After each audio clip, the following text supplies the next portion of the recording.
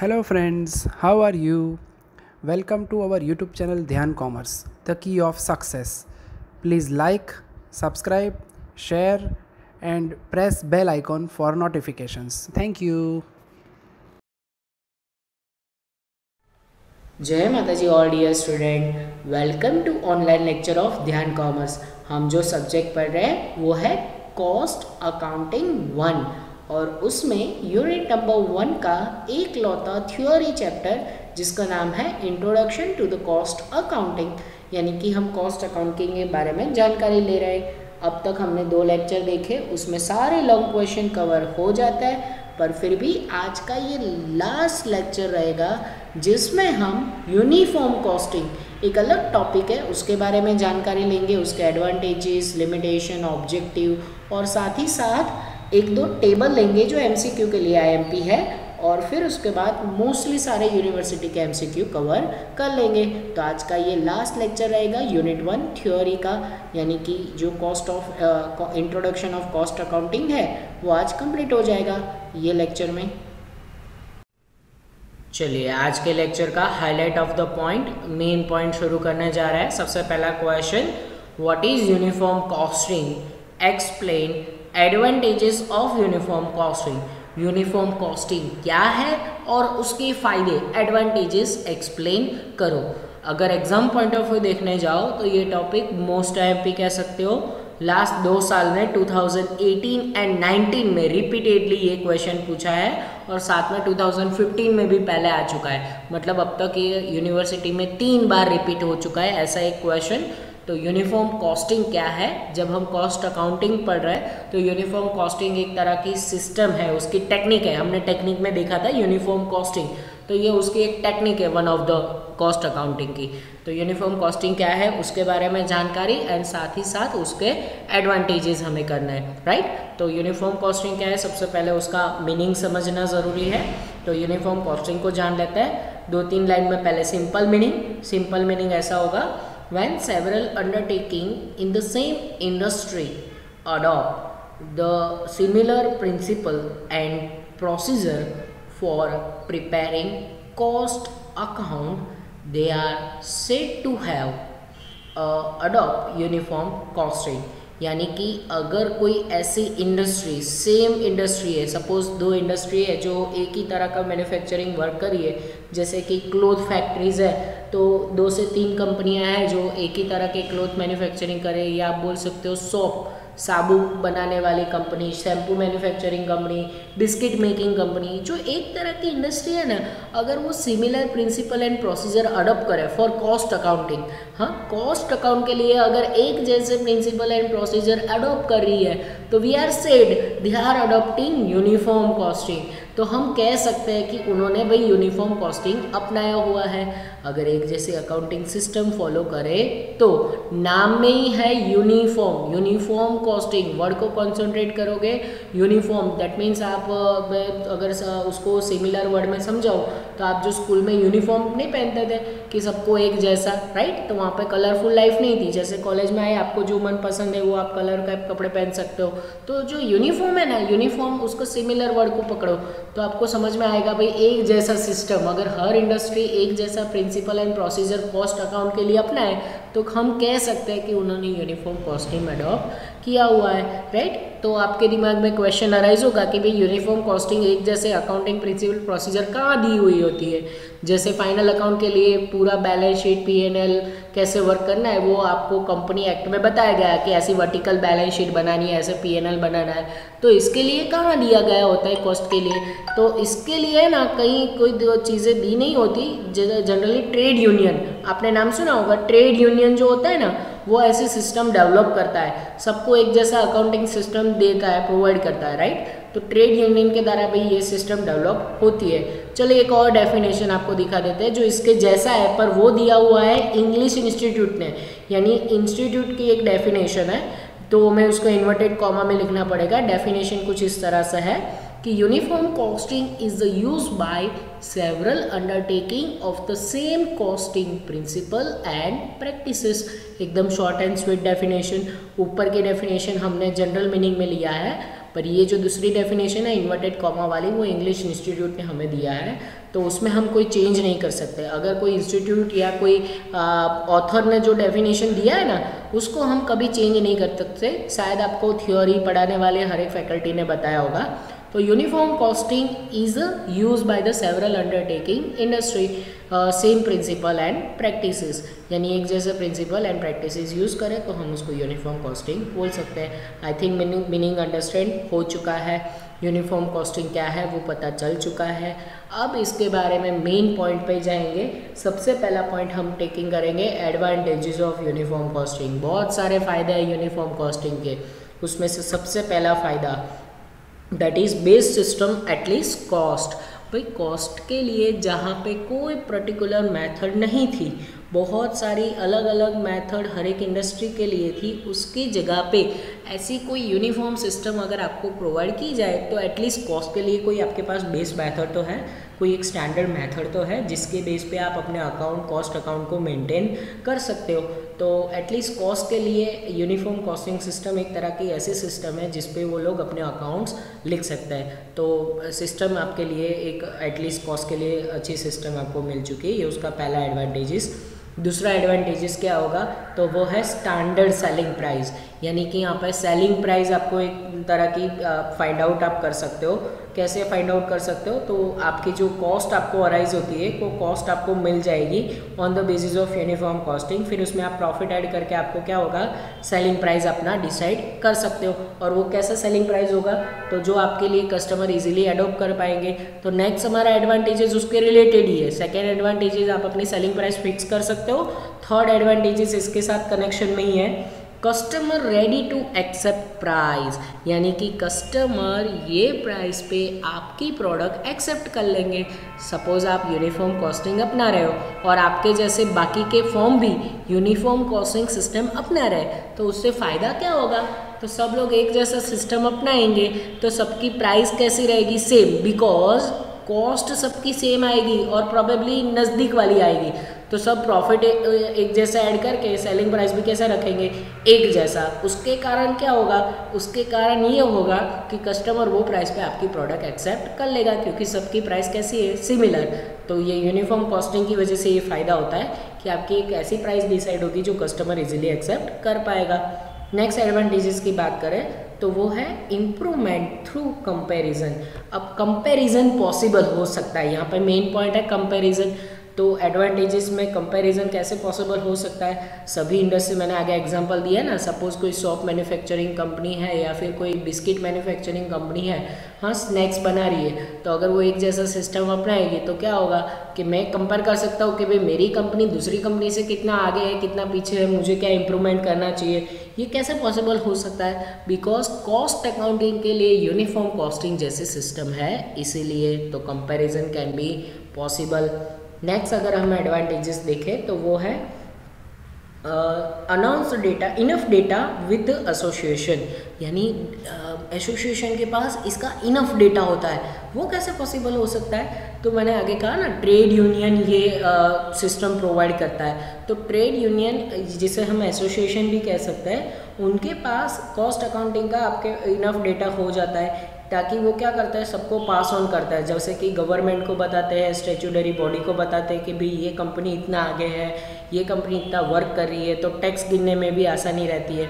तो uniform costing की वजह से एसोसिएशन के पास इनफ डेटा आपकी कंपनी का चला जाता है। तो ये एक तरह की आगे जाके लिमिटेशन भी बन जाती है कि सबके पास अगर आपकी कंपनी का डेटा होगा तो वो आगे जाके प्रॉब्लमेटिक भी बन सकता है। बट एडवांटेजेस वाइज देखने जाओ तो आपकी कंपनी कोई गलत वर्क नहीं कर रही है, एसोसिएशन के पास, ट्रेड यूनियन के पास अपनी कंपनी का डेटा होगा। तो यूनिफॉर्म कॉस्टिंग का वन ऑफ द एडवांटेजेस भी हुआ कि इनफ डेटा विद एसोसिएशन। फिर उसके बाद नेक्स्ट अगर पॉइंट देखें तो वो है benefit of research to the small unit, यानी कि भाई जो छोटे यूनिट्स है ना, जो छोटी फैक्ट्री है, जो कम पैसे का बिजनेस कर रहे हैं, उनके लिए रिसर्च का खर्चा बच जाता है। कैसे बच जाता है कि उनको कॉस्ट अकाउंटिंग के लिए कोई अलग मेथड फाइंड आउट करने की ज़रूरत नहीं है, उनके लिए रेडीमेड सिस्टम है। तो यूनिफॉर्म कॉस्टिंग उनको रेडीमेड सिस्टम प्रोवाइड कर रहा है। तो यानी कि रिसर्च का खर्चा बच जाता है कि भाई कॉस्ट अकाउंट कैसे मेंटेन करना है, उसके लिए कोई भी अलग इंसान रखने की ज़रूरत नहीं है क्योंकि यूनिफॉर्म कॉस्टिंग आपको वो प्रोवाइड कर रहा है, राइट। चलिए नेक्स्ट पॉइंट बेनिफिट का अगर हम देखें तो वो है help to the introduce efficient costing method, यानी कि आपको ये हेल्पफुल रहता है इंट्रोड्यूस करने में एफिशिएंट कॉस्टिंग मेथड को, कि ये ऐसे इसीलिए पॉसिबल हो पाता है क्योंकि आपके पास कॉस्टिंग की एक आइडियल सिस्टम है जिसको आप इजीली अडॉप्ट कर सकते हो और आपकी क्वालिटी इंप्रूवमेंट भी होगा, एफिशिएंसी उसमें बढ़ेगी। यानी कि आप उस तरीके से सिस्टम अपनाओगे तो आपको रिजल्ट अच्छा मिलेगा। हाँ, आपका डिसीजन वाइज इम्प्रूवमेंट भी होगा, एफिशिएंसी भी इंक्रीज होगी, तो ये आपके लिए फ़ायदेमंद है, राइट। तो ये उसके एडवांटेजेस के पॉइंट हो गए।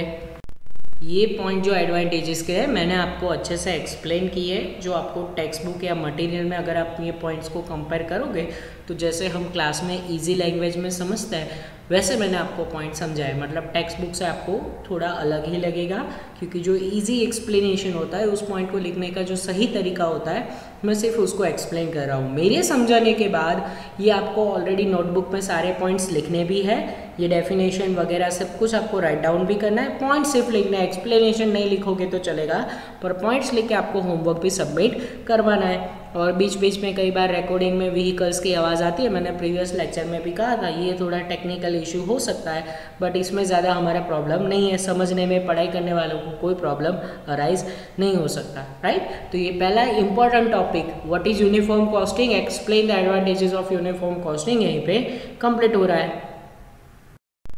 चलिए अब यूनिफॉर्म कॉस्टिंग के एडवांटेजेस देखने के बाद उसके लिमिटेशन भी देखनी है। लिमिटेशन ऑफ यूनिफॉर्म कॉस्टिंग, जैसा कि मैंने बताया था एडवांटेजेस आपको ज़्यादातर पूछे गए, तो लिमिटेशन एडवांटेजेस के साथ 2019 लास्ट साल ये लिमिटेशन भी एडवांटेजेस के साथ पूछी गई थी। बहुत ही कम लिमिटेशन है यूनिफॉर्म कॉस्टिंग की, लगभग 3 या 4 पॉइंट ही है, तो उसको भी देख लेते हैं कि यूनिफॉर्म कॉस्टिंग के क्या डिसएडवांटेजेस है। तो लिमिटेशन में first limitation that is practical difficulty.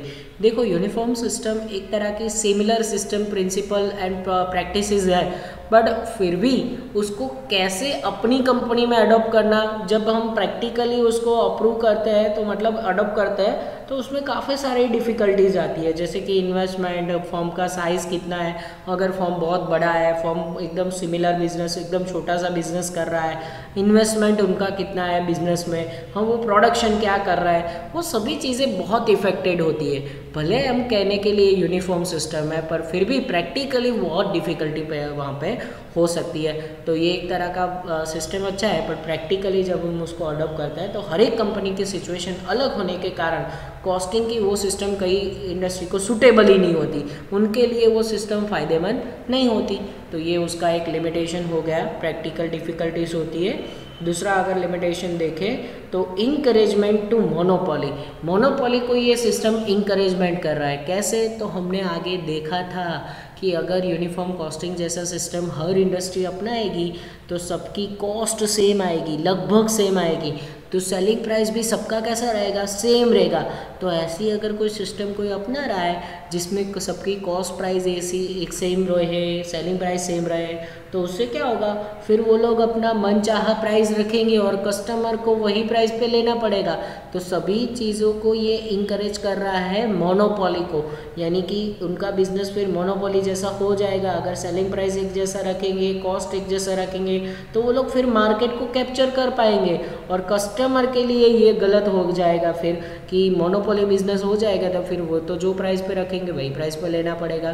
तो यूनिफॉर्म कॉस्टिंग का वन ऑफ द डिसएडवांटेज या लिमिटेशन कह सकते हो आप कि वो मोनोपोली को इंकरेज कर रहा है। और नेक्स्ट लिमिटेशन ये मैंने आपको पहले भी बताया हुआ है, एक्सपेंसिव, यानी कि आप कोई भी लिमिटेशन अगर सिस्टम की लिखो ना तो उसमें एक्सपेंसिव तो आता ही है कि वो सिस्टम हमारे लिए बहुत ही खर्चेमंद है, क्योंकि ऐसे सिस्टम के लिए हमें एक्सपर्ट रखने पड़ते हैं। भाई यूनिफॉर्म कॉस्टिंग के लिए मे बी उनको हमें बुलाना पड़ता है, उनको सैलरी देनी पड़ती है, जो स्मॉल फॉर्म है वो अफोर्ड नहीं कर पाते हैं।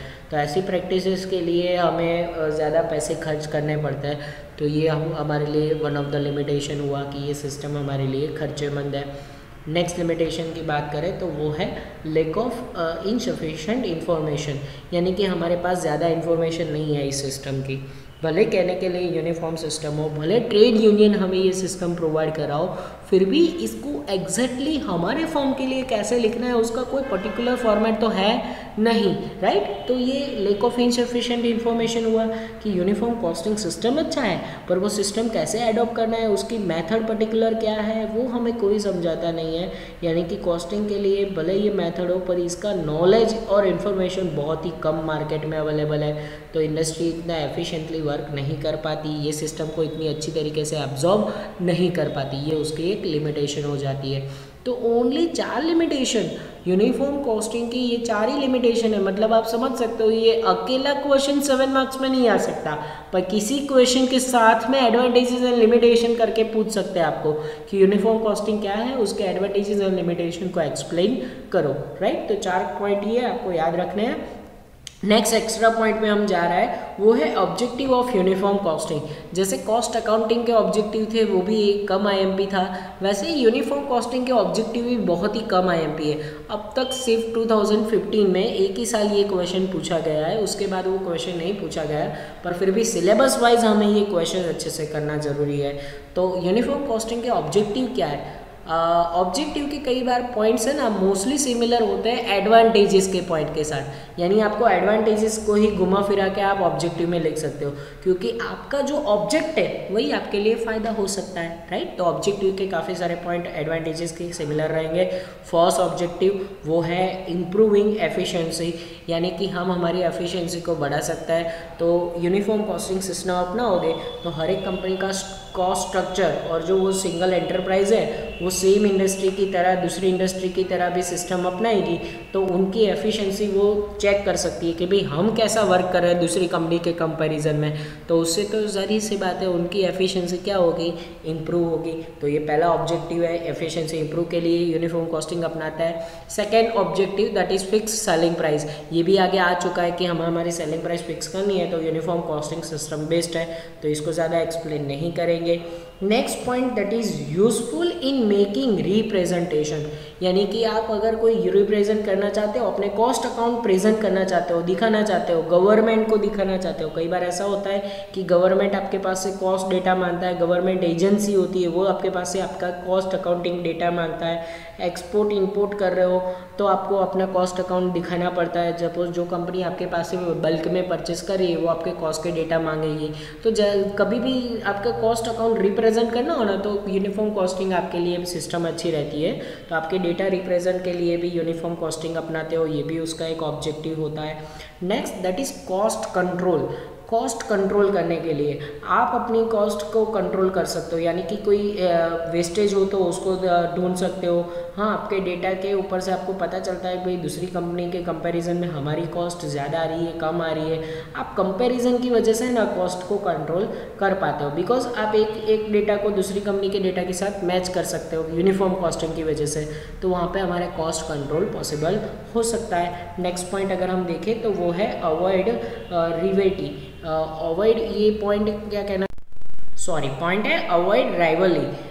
मतलब हमारे जो अपोजिट है, अपोजिट कंपनी है, राइवल्स जिसे हम बोलते हैं, कि वो क्या कर यहाँ पे होता है अवॉइड होता है। क्यों? क्योंकि सबका सेलिंग प्राइस फिक्स रहता है, सबका कॉस्ट प्राइस इक्वल रहता है, तो राइवल्स यानी कि दुश्मन पैदा होते नहीं है, अवॉइड हो जाते हैं। तो यहाँ पे सभी कंपनी एक जैसा सेलिंग प्राइस, एक जैसा कॉस्ट प्राइस यूनिफॉर्म सिस्टम के कारण अडोप्ट होता है, तो कॉम्पिटिशन कम होता है, रिजल्ट में सबकी प्रॉफिटेबिलिटी और एफिशिएंसी इंक्रीज होती है। तो वन ऑफ द ऑब्जेक्टिव ये है कि हम राइवलिटी खत्म करना चाहता है, अवॉइड करना चाहता है। तो ये पॉइंट हमें यही समझाना चाहता है कि आप राइवलिटी, दुश्मनावट खत्म करना चाहते हो। हाँ, झगड़ा कम हो जाएगा, सभी का प्राइस एक जैसा, कॉस्ट एक जैसा। तो ये पॉइंट अच्छा है कि ऑब्जेक्टिव यूनिफॉर्म कॉस्टिंग का क्या है कि वो राइवलिटी यानी दुश्मनावट कम करना चाहती है, लोगों के साथ झगड़े कम करना चाहती है, राइट। क्योंकि कंपटीशन होगा तो वहाँ पे कई कंपनी क्या करती है, अपनी प्राइस कम कर देती है, कई कंपनी अपनी क्वालिटी इंप्रूव करके ज़्यादा अच्छी क्वालिटी का प्रोडक्ट देती है। तो ये सब राइवलिटी में होता है, कंपटीशन में, जो यहाँ पे यूनिफॉर्म कॉस्टिंग के कारण नहीं हो सकता। तो ये उसका एक फ़ायदा हुआ ना, ऑब्जेक्टिव भी यही है। पर नेक्स्ट अगर हम देखें ऑब्जेक्टिव तो वो है help to introduce efficient costing method. यहाँ पर अगर हमें कोई कॉस्टिंग की एफिशिएंट मेथड चाहिए तो हमें कौन सा मेथड हेल्प करेगा, यूनिफॉर्म कॉस्टिंग। यानी यूनिफॉर्म कॉस्टिंग हमें एक एफिशिएंट कॉस्टिंग मेथड प्रोवाइड कर रहा है, तो ये भी हमारे लिए फ़ायदा हुआ, राइट। तो these are the objective of uniform costing, जो कि मोस्टली सिमिलर पॉइंट कह सकते हो, पर एडवांटेजेस से थोड़ा उल्टी तरीके से उसको एक्सप्लेन किया हुआ है और पॉइंट थोड़े से ट्विस्ट करके लिए हुए हैं। तो यहाँ पे ये पॉइंट यूनिफॉर्म कॉस्टिंग का कंप्लीट होता है। चलिए अब हम जो देखने जा रहे हैं वो exam point of view MCQ के लिए most important 2 back to back table है, जिसमें से पहला टेबल हमें शो करेगा table showing cost unit is use in industry. यानी कि अगर आप इंडस्ट्री चला रहे हो तो आपका पर यूनिट कॉस्ट कैसे फाइंड आउट करेंगे आप, मतलब जो इंडस्ट्री है उसका यूनिट ऑफ कॉस्ट क्या है। तो उसके लिए हम 2 कॉलम प्रिपेयर करेंगे। एमसीक्यू के लिए मोस्ट आईएमपी अच्छे से देखना ज़रूरी है। उसमें पहला कॉलम लेंगे इंडस्ट्री का, दूसरा कॉलम लेंगे यूनिट ऑफ कॉस्ट का। फॉर एग्जांपल पहली इंडस्ट्री है पेपर मिल, तो पेपर मिल कौन सा यूनिट ऑफ कॉस्ट अपनाती है, अगर उनको अपनी कॉस्ट फाइंड आउट करनी है तो पर यूनिट के वो कैसे फाइंड आउट करेगी, उनका यूनिट ऑफ कॉस्ट क्या है। तो पेपर मिल वाले पर केजी ऑफ पेपर अपनी कॉस्ट डिसाइड करते हैं, मतलब उनकी कॉस्ट डिसाइड करने की पर यूनिट टेक्निक क्या है। तो पेपर मिल वाले कैसे अपनी कॉस्ट डिसाइड करेंगे, पर केजी ऑफ पेपर। फिर दूसरी इंडस्ट्री है दैट इज ब्रिक वर्क यानी कि ईट बनावानो धंधो, राइट, ब्रिक जिसे हम बोलते हैं। तो वो लोग अपनी कॉस्ट कैसे डिसाइड करेंगे, पर 1000 ब्रिक, उन्होंने 1000 ब्रिक बनाई है उसके बेस पे अपनी कॉस्ट फाइंड आउट करेंगे। सपोज उसने 1 लाख 2 लाख ब्रिक बनाई है, हाँ उसने इतनी सारी ईंटें बनाई है, तो वो पर 1000 अपनी कॉस्ट निकालेंगे कि 1000 की कॉस्ट कितनी। फिर उसके बाद वाली इंडस्ट्री है जो कि exam point of view MCQ में मोस्टली पूछा गया है, केमिकल इंडस्ट्री। केमिकल इंडस्ट्री अपनी कॉस्ट कैसे डिसाइड करती है, तो वो लोग पर लीटर और केजी और हम कह सकते हैं गैलन, ये एक तरह का उनका सिस्टम है कि मेजरमेंट कैसे किया जाए। तो सीमेंट इंडस्ट्री वाले पर लीटर या पर केजी या पर गैलन अपनी कॉस्ट डिसाइड करते हैं। Next industry that is railway transport. अगर ट्रांसपोर्टेशन इंडस्ट्री है तो वो अपनी कॉस्ट कैसे डिसाइड करता है, तो वो लोग पर पैसेंजर वर्क करते हैं या फिर पर पैसेंजर किलोमीटर और माइल और टन किलोमीटर। तो कई बार ऐसा होता है कि उनके पास पैसेंजर कितने हैं, जैसे कि बस में है तो पर पैसेंजर किलोमीटर कितने हैं, पैसेंजर किलोमीटर दोनों से बेस पे फाइंड आउट करते हैं। पर माइल कितना माइलेज वो लोग देते हैं, कितना माइल चलते हैं उसके बेस पे वो फाइंड आउट करते हैं। टन कई बार होता है ना, ट्रक जैसे ट्रक अगर हो तो वो लोग कितना टन उसमें भरते हैं, वो लोग कितना टन लेके जाते हैं, ट्रांसपोर्ट करते हैं, टन किलोमीटर के बेस पे भी वो लोग अपनी कॉस्ट फाइंड आउट कर सकते हैं। तो ये कम पूछा गया है, इसमें से केमिकल पेपर मिल आईएमपी है। और नेक्स्ट आने वाली इंडस्ट्री भी काफ़ी बार एमसीक्यू में पूछी गई है, टेक्सटाइल इंडस्ट्री। तो टेक्सटाइल इंडस्ट्री अपनी कॉस्ट कैसे डिसाइड करती है, तो वो लोग करते हैं पर मीटर ऑफ क्लोथ और पर बैल ऑफ क्लोथ।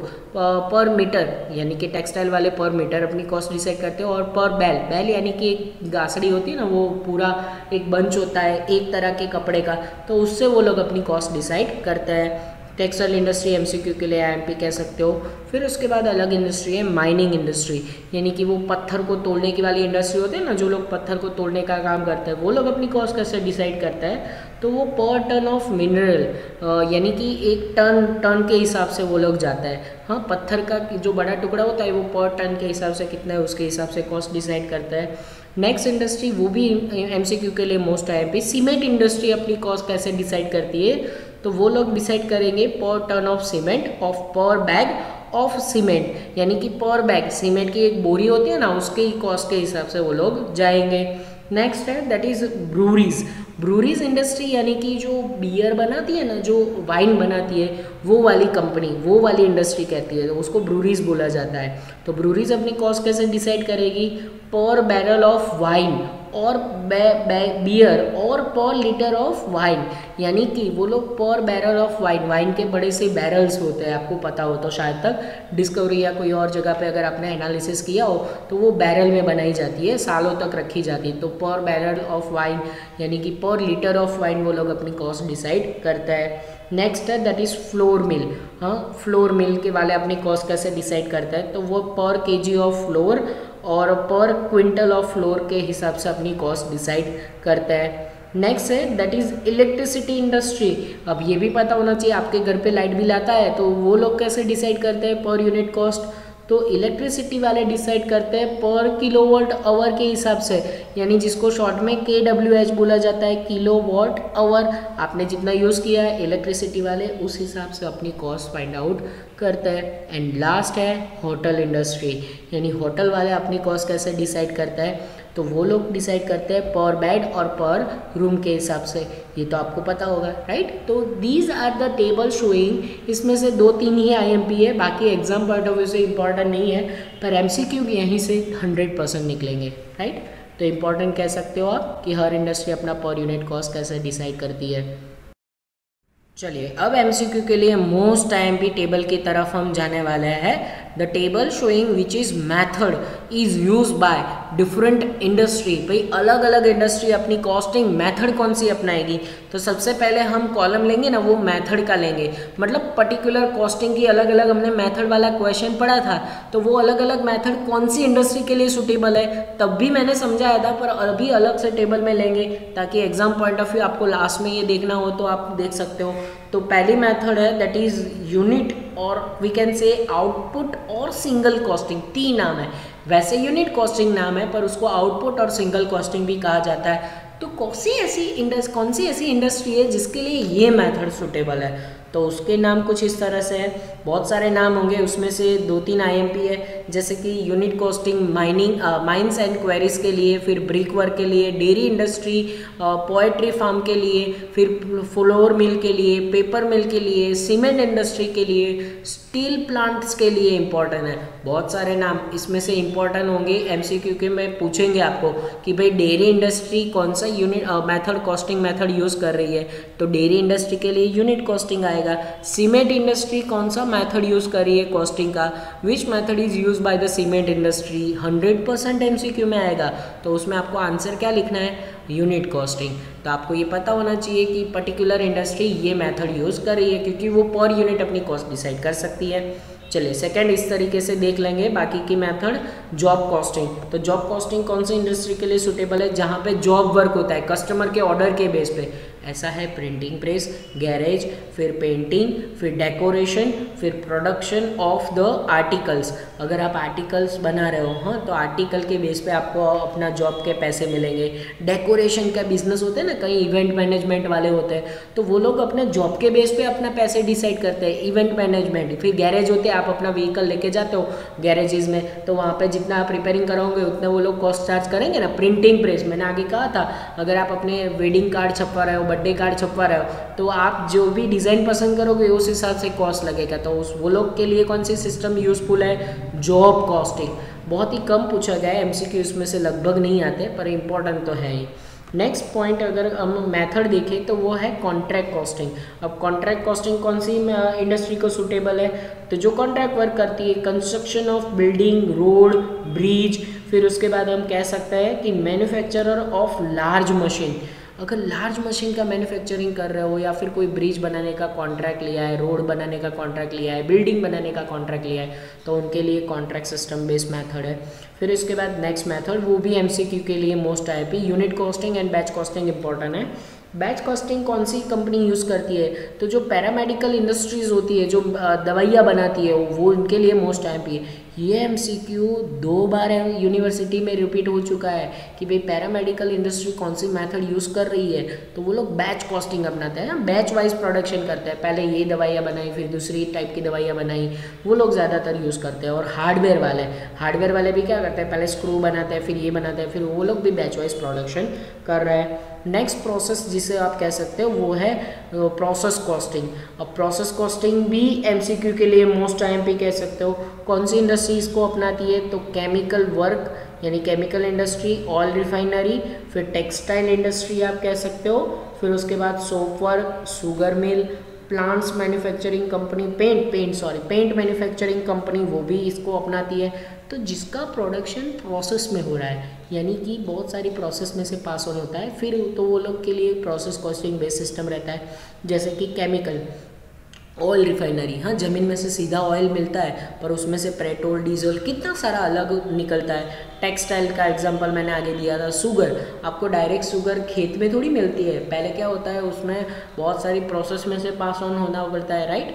तो ये सारी एक तरह की प्रोसेस वाली इंडस्ट्री है जिसको प्रोसेस कॉस्टिंग बेस्ड मेथड रहता है। फिर उसके बाद आगे है मेथड में ऑपरेटिंग कॉस्टिंग। ऑपरेटिंग यानी कि जहाँ पर सर्विस प्रोवाइड होता है, मैन्युफैक्चरिंग नहीं होता। तो ऐसी कौन सी इंडस्ट्री है जिनके लिए ये सूटेबल है? तो सबसे पहला उसमें आता है रेलवे, फिर होता है रोड ट्रांसपोर्ट, फिर आता है इलेक्ट्रिसिटी कंपनी, फिर आता है वाटर सप्लाई ऑफ कंपनी, फिर उसके बाद आते हैं हॉस्पिटल्स, फिर उसके बाद होटल्स एंड गैस इंडस्ट्री। ये सारी इंडस्ट्री के नाम ऐसे है ना जो कोई मैन्युफैक्चरिंग नहीं कर रहा है पर आपको सर्विस प्रोवाइड कर रहा है, तो उनके लिए कौन सी सिस्टम बेस्ड रहेगी? Operating costing. एंड लास्ट देख लेते हैं जो हमने मेथड में भी देखा था, मल्टीपल और we can say composite costing, यानी कि एक से ज़्यादा कॉस्टिंग मेथड सुटेबल ऐसी कौन सी इंडस्ट्री है? तो आगे हमने मेथड में देखा हुआ है ऑटोमोबाइल इंडस्ट्री, जो भी ऑटोमोबाइल वर्क करी है, फिर बाइसिकल मेकिंग इंडस्ट्री है, रेडियो एंड टेलीविज़न जो मेकिंग इंडस्ट्री है उनके लिए ये सूटेबल है, फिर स्वीविंग मशीन अगर बना रही है उनके लिए सूटेबल है। तो ये सारी इंडस्ट्री ऐसी है जो एक से ज़्यादा कॉस्टिंग की मेथड यूज़ कर सकती है, तो उन सभी के लिए ये मोस्ट यूजफुल है, राइट। तो अब ये टेबल भी कंप्लीट होता है। इसमें से unit costing, batch costing, process costing ज़्यादा IMP है, वो MCQ में ज़्यादातर पूछा गया है कि ये इंडस्ट्री कौन सी मेथड को यूज़ कर रही है। तो आपके लिए ये दोनों टेबल बहुत ही इंपॉर्टेंट रहते हैं, राइट। चलिए हमारा चैप्टर पूरा ऑलमोस्ट कंप्लीट हो चुका है, तो इम्पोर्टेंस MCQ का सफ़र आगे बढ़ाएंगे। अब हम ये चैप्टर के मोस्टली जो लास्ट एग्जाम में पूछे गए वैसे MCQ लेंगे, जिसमें से पहला MCQ, cost unit of chemical industry is dash. उसमें ऑप्शंस है A पर लीटर, गैलन और केजी, पर टन और केजी, C पर बैरल और D पर केजी और क्विंटल।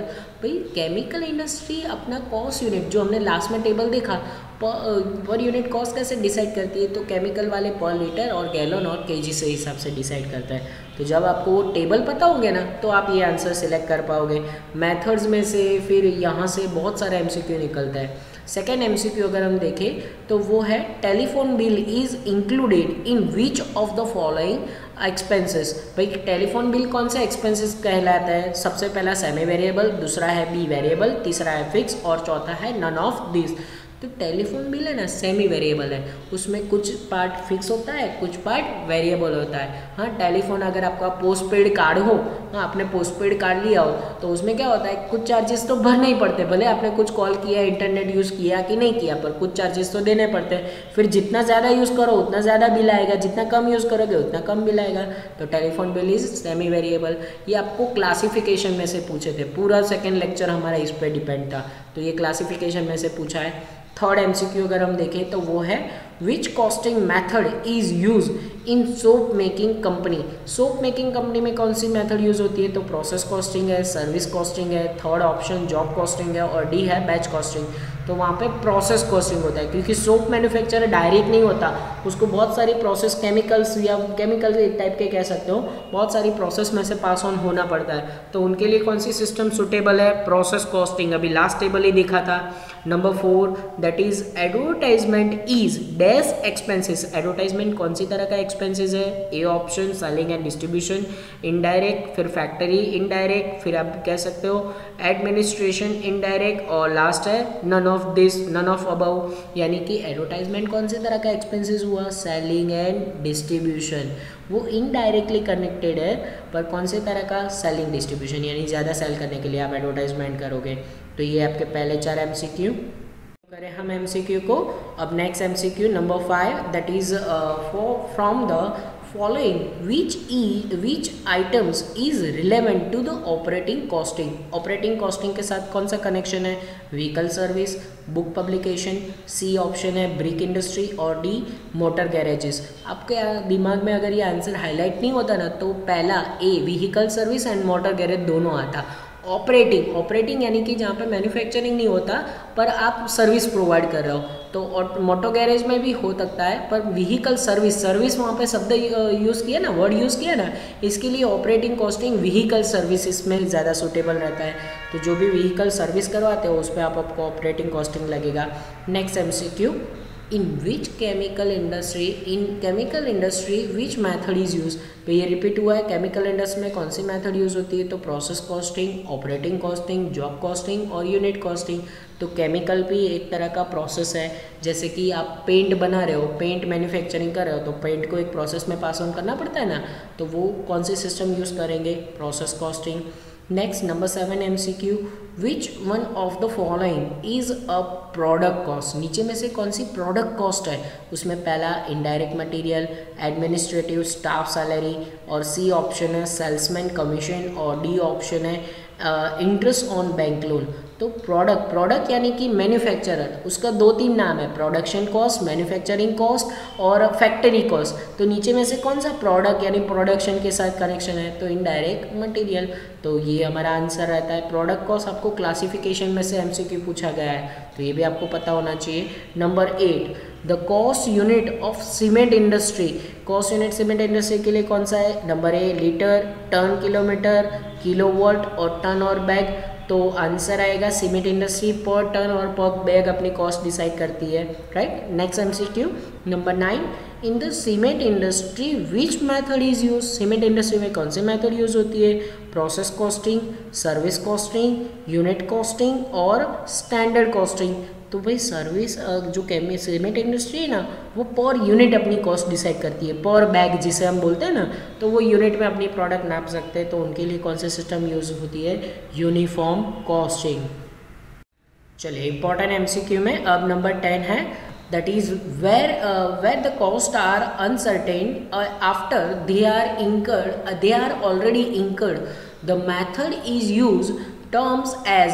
भाई इसको हम क्या कहेंगे, जो कॉस्ट ऑलरेडी अराइज होती है फिर उसके बाद आप उसको लिखते हो, तो उसको यूनिफॉर्म कॉस्टिंग कहेंगे, हिस्टोरिकल कॉस्टिंग कहेंगे, स्टैंडर्ड कॉस्टिंग कहेंगे, या डी एब्जॉर्प्शन कॉस्टिंग कहेंगे। तो उसको हम हिस्टोरिकल कॉस्टिंग कहेंगे। ये भी क्लासिफिकेशन में से पूछा गया है MCQ कि भाई जो कॉस्ट ऑलरेडी अराइज होती है उसके बाद अगर आप उसको लिखते हो तो वो होता है हिस्टोरिकल कॉस्टिंग। नेक्स्ट है दैट इज गैलन और litre is cost unit of which industry. भाई गैलन और लीटर कौन सी इंडस्ट्री का यूनिट है, सीमेंट इंडस्ट्री का, पेपर इंडस्ट्री का, या फिर कलर केमिकल इंडस्ट्री का, और D answer that is electricity industry का। तो ये इसमें आंसर आएगा कलर केमिकल इंडस्ट्री का, per gallon litre colour chemical industry use कर रही है।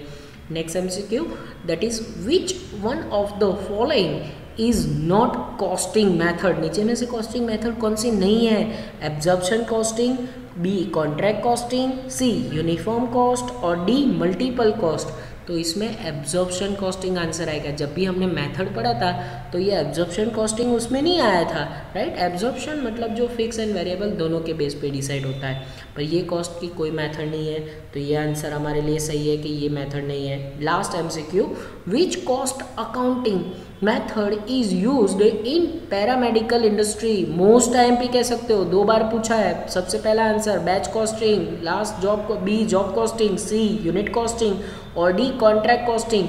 भाई paramedical industry batch costing use कर रही है, बैच वाइज वो प्रोडक्शन कर रही है। सो ये MCQ आपके लिए मोस्ट IMP, मोस्टली MCQ मैंने कवर कर दिए ये चैप्टर में, राइट। तो आपके लिए बहुत फायदा है। इससे भी थोड़े ज़्यादा MCQ आपको मटेरियल में मिल जाएंगे। यहाँ पे पूरा हमारे यूनिट 1 कंप्लीट होता है, राइट। जय माता जी ऑल ऑफ यू।